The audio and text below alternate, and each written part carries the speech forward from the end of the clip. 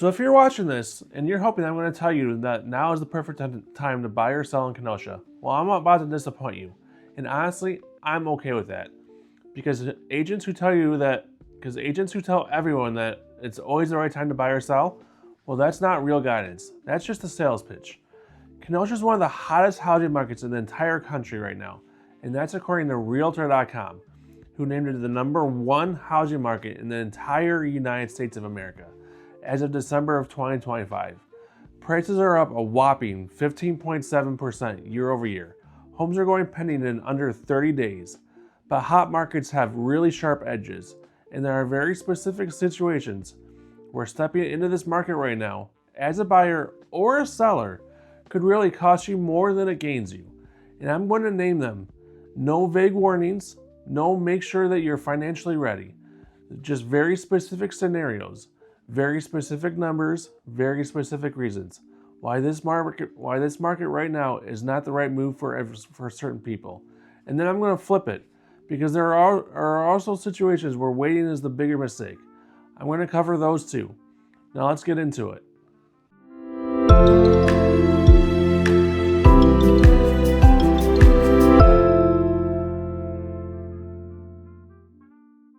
So before I get into the specific scenarios, I want to give you the actual picture of this market, because the advice changes depending on the conditions. And honestly, I don't want to apply generic real estate wisdom to a very specific situation.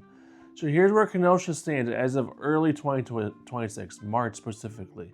Inventory is extremely tight. We're talking about a fraction of a month of supply in the most competitive price ranges. To put that into context, a balanced market where buyers and sellers have roughly equal leverage is about 5 to 6 months of supply. We are nowhere near that right now. In the $350,000 to $500,000 range, which is exactly where most Kenosha move-up buyers are shopping right now, you may be looking at maybe a handful of active listings at any given moment. In the median sale price range of $280,000, and that's up nearly 16% from a year ago. About 1 in 3 homes is selling above asking price. Hot homes are going pending in under 30 days. The Redfin competition score is 79 out of 100. Those conditions create a very specific situation where a buyer or seller can get seriously hurt. Now let's name them. First, let's start with buyers. And before I get into this, I want to be clear. None of this is judgment. There are situations where if the math doesn't work in your favor in this specific market, at this specific moment, it's okay. Think of what I'm telling you as advice that I tell my own family before they call an agent.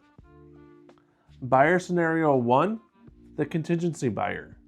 You need to sell your current home before you can close on your new one, and you haven't even listed it yet. So in a market with under 2 months of supply, the move-up range sellers with competitive offers rarely accept a home sale contingency.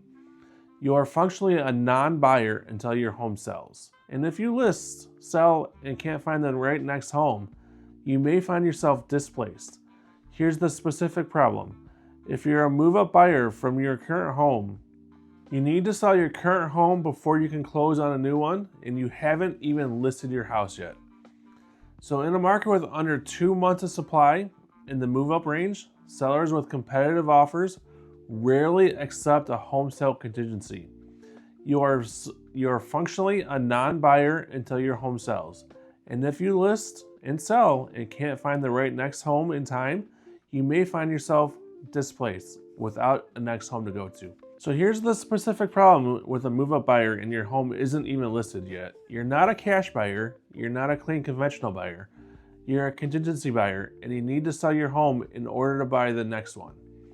In a market with this little inventory, you're going to lose to someone who doesn't have that condition attached to their offer most of the time. Now, there are strategies around this. You have the bridge financing, sale leaseback agreements, listing first, and negotiating your move-out timeline. These are real options that we can talk through. But if you're walking in thinking that you'll just make an offer contingent on selling your home first in this market, in this price range, you need to think about this clearly. That's really a hard position to be in. It doesn't mean you don't do it. It means that you do it with a plan first. We need to talk about it first. Buyer scenario 2, the short horizon buyer. You're thinking about buying, but you're not sure you're going to stay in Kenosha for more than 2 or 3 years. With prices up 15.7% year over year and the round trip transaction cost of 8 to 10%, plus closing costs and commissions, you need meaningful appreciation just to break even on a short hold. Short horizon buyers in an appreciated market often lose equity when they run the real numbers. So look, real estate is a long-term wealth vehicle. It's not a short-term trade. If you're relocating to Kenosha for a job, there's a chance that job moves you again in 2 years. Buying right now at these prices may not make financial sense. Here's the math worth thinking about. If you buy a house at $400,000 and pay 3% to close, then sell in 18 months and pay 6% in commissions, plus closing costs, you need to have the home have appreciated significantly just to break even. Now that's possible in this market, but it's not guaranteed. If you're in that situation, renting for 12 to 18 months while you confirm the job, the neighborhood, the school fit, that might be the smarter move, even if it feels counterintuitive when prices are moving higher and higher. Now, buyer scenario 3, the emotional buyer. Look, I've seen this happen before. Buyers lose a few homes and something shifts. The decision making stops being rational and starts being about winning. It's a dangerous place to be in a competitive market. And the specific version that worries me the most is waiving inspections. I understand why it's tempting. Sellers love clean offers. But Kenosha has a mix of housing stock. Some of it is beautifully well maintained, and some of it has a little bit of deferred maintenance that doesn't show up until well after you close. But there is a middle path here, an inspection contingency with wording in your offer it says that you'll only ask for major repairs like roofs, basement, HVAC, etc. Not asking to repair every little thing. That's a competitive offer that still protects you. So you're putting less than 5% down, and your total savings, including your payment, will be under $15,000 after closing. So buying in an active market with thin reserves is high risk. Unexpected repairs, a job disruption, or a market softening in a year or two could put you underwater. Building the financial cushion first is not losing time, it's protecting your investment. Now this one is hard to say because homeownership is a real path to wealth, and I believe in it deeply. But look, buying a home when you're financially stretched really puts that investment at risk. If you're at the limit of your down payment and the emergency fund will be gone after closing, the right move really is to wait 6 to 12 months and keep building and come at it from a position of strength. The market may move some, but so will your financial foundation. And a stronger position changes everything about how you can compete and how you can absorb after you close. Now let's talk about sellers. And here's where it gets generally a little interesting, because Kenosha really is a strong seller's market, as we all know. Prices are up, inventory is tight, and telling a seller that they may want to wait really sounds almost crazy right now. But there are a few specific situations where it's really the right call, and I'd rather be honest with you right now than have you regret the decision later. So seller scenario 1, no plan for what's next, and this is really a big one. So you're thinking about selling because you have equity, but you don't have a clear path about where you're going to go next.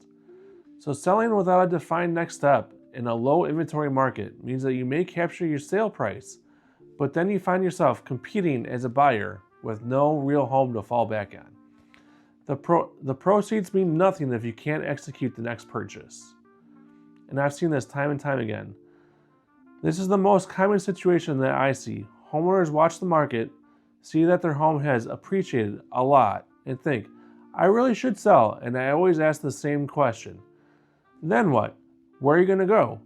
If the answer is, well, I'm not sure yet, selling first without destination is a high risk move in this market. You'll be sitting on proceeds with no home, looking in low inventory. That's actually a strong buyer position, but if you haven't thought through the destination, you may end up in temporary housing with no leverage and a lot of pressure to take on a deal that you really don't love. Build the plan first. Where are you going to move to? What price range? What neighborhoods? What's the timeline? Once you have all that clarity, the selling decision gets a lot easier. Scenario 2, the underpriced urgency seller. You want to sell quickly and you're willing to price under market value to make it happen fast without understanding what market value actually is. So in a market where 33% of homes are selling above list price, underpricing is often unnecessary and leaves real money on the table. Speed and price are not always in opposition in this environment. A correctly priced listing can sell fast and capture full market value. Now here's a misconception that costs Kenosha sellers real money. The assumption that pricing it low is the only way to sell fast. That was true in a slower market. In this market, a correctly priced listing still often generates multiple offers within that very first weekend. Now if you're approaching this with, I just want it sold, and you're anchoring it on a price that's 10% what the comparables in your neighborhood support, then you may be giving away $30,000 to $50,000 in equity that belonged to you in the first place. Take the week to price it correctly. The speed difference is often smaller than you think. And if your timeline generally is urgent, there are pricing strategies that optimize for both speed and value. That's a real conversation worth having, even before you decide. Seller scenario number 3, the renovation stall. So you're waiting to sell until you finish the basement, redo the kitchen, or complete a major renovation, and that project is 6 to 12 plus months away. In an appreciated market, waiting 12 months to renovate may cost you more in market movement than you'll recover in renovation value. Many improvements don't return dollar for dollar. Selling correctly priced in a competitive market often outperforms a renovate and wait strategy. So I get this call a lot. We're not ready to sell just yet. We want to finish the basement first. And I always ask, have you actually run the numbers on that decision? Here's the math worth thinking through. So a finished basement that costs you maybe $40,000 may add $20,000 to $30,000 in appraised value. Meanwhile, the market moves 8 to 15% in the time that it takes you to complete that project. If your home is worth $400,000 today, waiting 12 months to renovate first means that you're chasing a market that may have moved significantly in either direction. There are exceptions to this, of course. Some renovations clearly make sense, but wait until the renovation is done is a strategy that deserves scrutiny, not assumption. A real conversation about the numbers before you pick up the hammer. That's what I'd strongly encourage you to do. Look, I said I'd give you the other side, and really here it is, because there are people watching this right now for whom waiting is a bigger mistake. And I'd be doing you a disservice if I didn't name those situations, as specifically as I named the other ones above. If you have 40% plus equity, your next home is clearly defined, and you have cash reserves beyond the down payment, you are a clean, strong buyer and motivated seller. This market rewards exactly your profile. Waiting only means competing against more buyers in the same position and prices that may be higher, so you should definitely consider selling right now and not waiting. You're an Illinois homeowner relocating to Kenosha for tax savings of $5,000 to $10,000 per year. The financial case is concrete and compounding. Every year that you delay moving is another year of Illinois property taxes paid unnecessarily. The Kenosha market premium that you're worried about is often recovered in year 1 of tax savings alone. So just make the move to Kenosha and pay those lower property taxes, even though the home values are a little higher. Your family has clearly outgrown your current home and it's affecting daily quality of life. Kids sharing rooms, no home office, not enough outdoor space. The cost of waiting is real and personal, not just financial. Life stage matters. If your home isn't serving your family's actual life right now, the right market condition is one where you take action. And this market is workable for a well-prepared move-up buyer, just like you. And finally, if you're a Kenosha homeowner who bought before 2021 and you have $80,000 to $150,000 in equity that you've never accessed, this is your moment. The equity window is real. Leveraging it to move up or down With the right plan is the kind of financial decision that compounds over time. Waiting for the perfect moment in a market that's already up 15+% in a single year means chasing an ever higher buy-in. So the question that I want to leave you with is now a good time to sell? That's the wrong question. The right question is now the right time for you in your specific situation? And the only way to answer that, honestly, is to map out your situation against the actual conditions in this market, not the national headlines, not what your neighbor did last year. The specific math of your home, your equity, and your next destination, your timeline, and your financial reserves. I do these conversations all the time for free, not to pitch you on listing, because as you just heard, I'll tell you to wait if that's the right answer, but to give you the honest picture of where you actually stand right now. And so, sometimes the most valuable thing that comes out of these conversations is permission. Permission to wait, or sometimes just permission to move forward with confidence, because you've looked at the numbers and the move makes sense. So if you made it this far, you're someone who takes these decisions really seriously. And that's exactly the kind of person that I built this channel for. There's a link down below in the description of this video to schedule a free 30-minute Kenosha housing strategy session. It's not a sales call, it's a real conversation about your situation, your timeline, and whether this market works for you right now.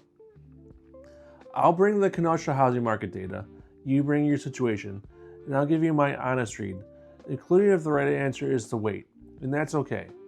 If this video is useful to you, drop a comment below. I genuinely do read them all.